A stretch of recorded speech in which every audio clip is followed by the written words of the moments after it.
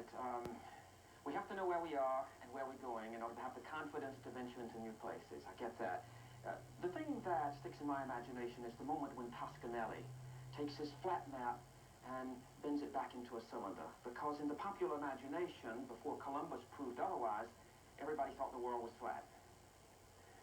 Yes, I know that's a popular belief, but it wasn't held by the people who were actually sailing the seas, or indeed by the astronomers or the mathematicians. As it happens, the same year Columbus discovered America, the very first globe was produced in Germany. So that's how much they knew it was round.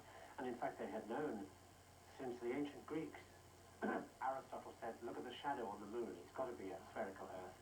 And then the geographer who wrote in Roman times, Strabo, his texts were rediscovered at the beginning of the century in which Columbus went to America. So Columbus probably knew all his life that the Earth was round, as did all the people who met him. So Toscanelli's idea wasn't all that new.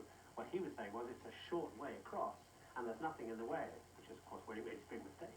This Toscanelli must have been quite a guy anyhow, though. I mean, after all, he was a man who made connections between Ptolemy and Alhazen, Brunelleschi and Columbus, perspective painting and gridded cartography. He knew the people who mattered, yes. Well, he'd been to school with most of them. The great thing about Toscanelli, of course, was that he was highly motivated because his family were in the spice trade business, and one of the reasons he was keen to get them round Africa and off to the Spice Islands was, I presume, because he wanted to continue, his family business wanted to continue to make money. But look at people like the Vikings and the Polynesians.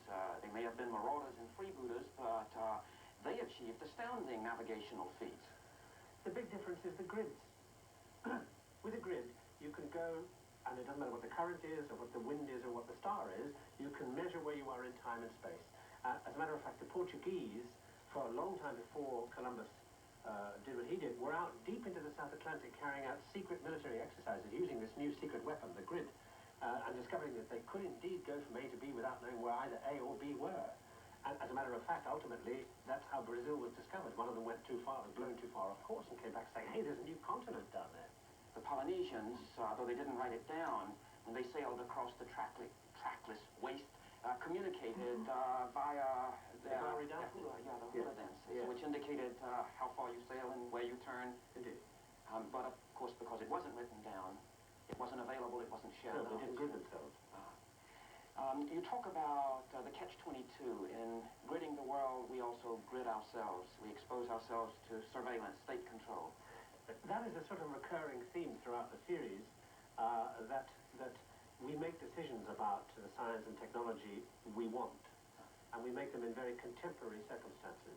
We make them within a sort of conceptual box that we live in, and when we've made our step, we say, that's good, it's solved our problem. But we don't know at the time, often, or we don't think enough at the time, about the fact that in creating an answer, we also create another question, and that, in this sense, science and technology is a double-edged weapon. And like, as you say, gridding the world, we grid ourselves. This series is seeded with examples of that. I hope to show, ultimately, in the 10th program, that it's this lack of concern beyond your own immediate needs that piles up the problems, and ultimately, that's really what the series is about.